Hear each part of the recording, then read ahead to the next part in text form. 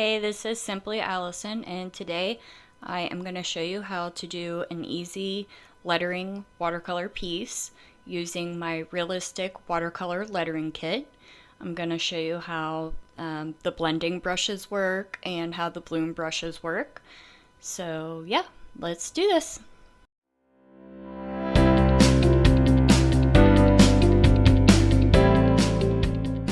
So obviously the first thing you'll want to do is make sure you have the canvas already downloaded and the brushes, and you're going to want to go to your layers, and I would duplicate your layers underneath that texture layer. So duplicate that a couple times just so you don't have to add the new layers later. Then the next thing I do personally is I go to Actions and I'll turn on the drawing guide. And this is mostly just for my lettering to make sure it's nice and straight. And you can go in and edit the drawing guide. You can play with the opacity, the thickness of the drawing guide, and also the grid size. I do put the grid size to about 180-ish. And then obviously we're gonna pick our color. I will have this color palette available. I'm just picking purple, blue, and pink, really vibrant colors. And then we are going to pick a brush. So my new favorite is the watercolor letter with blooms, but you can really choose any of these brushes. All of these little tips and tricks that I'm gonna do will work on any of these. So I'm going to be writing the word wonder. Every letter is going to have a different color, so I'm starting with purple, so the W is going to be purple. And I grab blue and write the O, and I want that O to kind of touch the W because I want to blend those two colors together. And obviously I am using thick downstrokes, so more pressure when I write the downstroke and then a light pressure when I write the upstroke.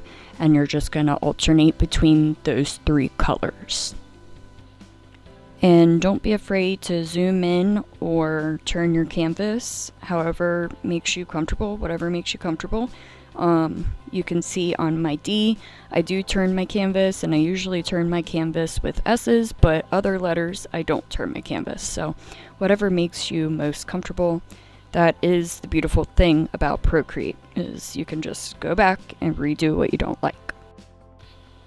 So now we're going to blend these colors together using the smudge brush. So go to the Smudge Tool, go down, you can use any one of these brushes. I have the wet blend, I have smudge brush, I have blender brushes, I have Smudge Tool brush, which is one of my favorites, and I believe that's what we're going to go with right now. So let's go ahead and zoom in so we can really see what we're doing. You can adjust the size of the brush based on how thin your letters are right there. And you're just going to use kind of a light pressure, not too hard, just to pull some of that color. I don't really use Alpha Lock or Select when using this brush in particular because it doesn't really pull the color how I want it to. So I just make sure I'm really easy on my edges and I don't go out of the edge. Just keep pushing and pulling color, so I keep pushing the blue kind of over into the purple, and then I grab a little bit of that purple and pull it over into the blue. And I'm trying to mimic what watercolor looks like when it touches a different color. You can also kind of push some of that color and wiggle your brush a little bit. You don't want this to be like perfect. You kind of want it to be kind of loose and flowy. So that's why I kind of am wiggling my brush right there. So let's grab the next blend brush. We're going to go with the wet blend. And this one is just a different look. It also is pressure sensitive, so the more pressure you use, the more color you're going to pull. And then once you pull some of that color into the next letter, you'll use a lighter pressure and pull just a tiny bit of the color out more. And I really hope I'm making a little bit of sense here. And again, you don't want it to be perfect or like uniform. Like pull and push that color back and forth just to get that real watercolor look. And if you see right here, I want a little more color in the center there. So I'm just pulling that color from the edge, the pink color, and just pulling it in the center. And I did go outside of my lettering a little bit with that blending brush, so I just grab an eraser and I just clean up the edges of the lettering. And just a little side note, I'm sorry if you guys hear crickets and cars. I am out on my front porch recording this voiceover. So sorry about that. Gotta bear with me here. I got kids and stuff and they're loud, so I cannot record inside. It's impossible. So let's go back to the Smudge Tool and grab the Watercolor Blender 1. This one is going to pull a lot more color, and it's actually a little more uniform than the other brushes, so if you want more control of where your color is going, this is the brush for you. Right here on my D, I picked up my pen, so I need to go in and kind of blend that with the round part of the D. So I'm just going in and pulling that color, just blending it right in. I think I'm gonna go back to the smudge brush too and use that to blend in this purple and blue. I just love the way it looks, and like I said before, you can adjust the smudge brush and it just almost has like little streaks in it.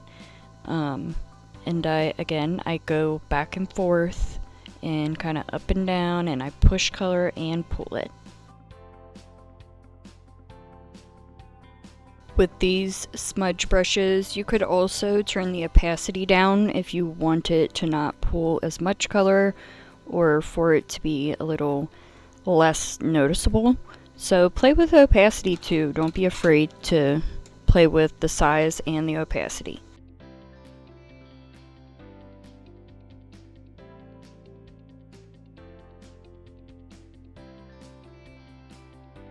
Next, we're gonna kind of add some blooms to our watercolors to make it a little more realistic. So you're gonna go to your layers, add a new layer if you haven't already, and we're going to go to blend mode. You'll want to set your blend mode to overlay, and then you're going to go to your color picker and choose black. Then we're gonna go and grab the bloom brush that we want under brushes. We're going to go down. I have 4 different bloom brushes, so it just depends on what look you're going for, but I'm going to start with the darker one so you guys can really see it show up on camera. So as you can see, I just kind of wiggled the line. You can play with opacity and the size of it, and I just kind of wiggle that line and make it look like you put more water down and created a bloom. I'll also put these around where new color is blended, so where like the blue blends into the pink, I will put it kind of right around there.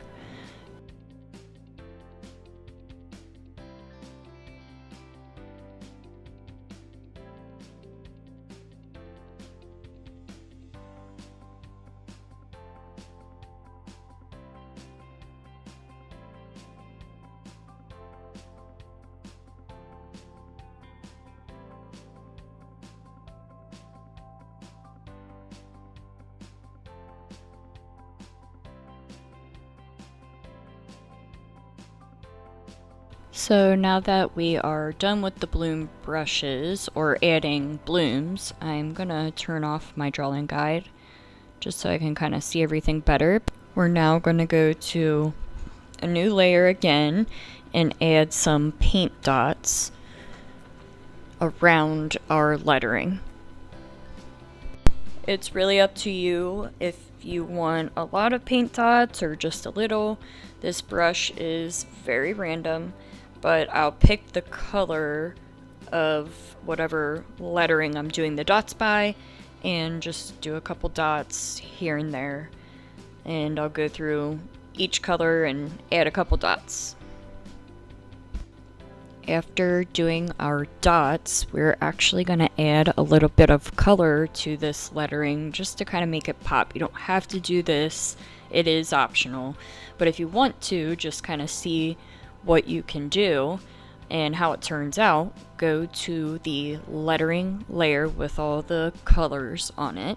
We're going to go to the top left hand side of the screen and click that selection tool, and then on the bottom of the screen make sure freehand is selected, and you're going to start using your pen to weave in and out of that lettering. You'll see the selection line on your screen, and connect that selection tool back to where you started. Now on the bottom, fifth one over is feather, and you're going to turn your feather up to about 20%. Then you're going to go to the top left under adjustments and click that first selection, which is hue, saturation, and brightness. Now start moving the slider, and kind of it adds a different color to your lettering. You can see it adds like a little green, and the pink looks a little more purple. Play around with this. You can also adjust the brightness and the saturation. I just think it looks kind of cool and different, and it didn't take much to add the difference in the lettering, so I thought that was pretty fun. So now we're going to add a shadow to our lettering. I'm sure there's so many different ways to do this. It's just, this is how I personally add a shadow. First, we're going to get our lettering layer and duplicate it about 5 times so that it will get really opaque. After duplicating those, you're going to merge all those duplicated layers together. So you can take your 2 fingers and squish them together. You want to leave that one top layer alone. Don't merge that one. And then we're going to turn on Alpha Lock. You can use 2 fingers and swipe right, or you can click on that layer and click Alpha Lock. And then go up to your color wheel, click black, go back to your layers, and with that alpha locked layer, click on it and select fill layer. Now I know the lettering has black coming through, but we're going to fix that. We're going to duplicate that layer, the black layer, and then we're going to go up to our color wheel, select white, go back to your layers again, and then that duplicated layer, we are going to fill it with the white. Now it looks like it did before, and we can add our shadow. On the layer with that black lettering, make sure you turn off Alpha Lock. Again, you can take 2 fingers, swipe right, or you can click on it and select to turn off Alpha Lock. Then we're going to go to Adjustments and click Gaussian Blur.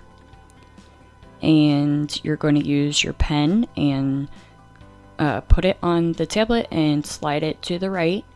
I think I usually have this to about 8.5-ish. Now you're going to go and click the arrow at the top left. It's the transform arrow, and I start tapping towards the bottom right of my screen. You could also hold your finger and drag the shadow layer as well, but I like to just tap, and that way I know exactly where it's going. I'm now going to cut out part of the black that I don't need, so I'm left with only the shadow. So I click that white layer, I press select, and then I go to the black layer, click it, and select clear. Now I'm left with only the shadow part on that black shadow layer. Now let's kind of play with the blend mode and turn the opacity down a little bit so it's not as dark. The darkness of the shadow is really a personal preference, but I turn the opacity down to about 30%. And then to add a little more flair, I'll go up to that white lettering layer, click that transform tool and then start clicking on the bottom right hand side to pull the layer down a little. I think it adds a really cool effect and it makes the piece really pop. And that is pretty much it. That's how I personally do my lettering pieces. I hope this has helped a lot, and any questions, let me know in the comments, or you can DM me on Instagram. That's where I spend most of my time. And if you guys have any suggestions of kind of what you want to see next, as far as a video, please let me know. Also, like this, subscribe to me, and let your friends know. Alright, bye. Thank y'all.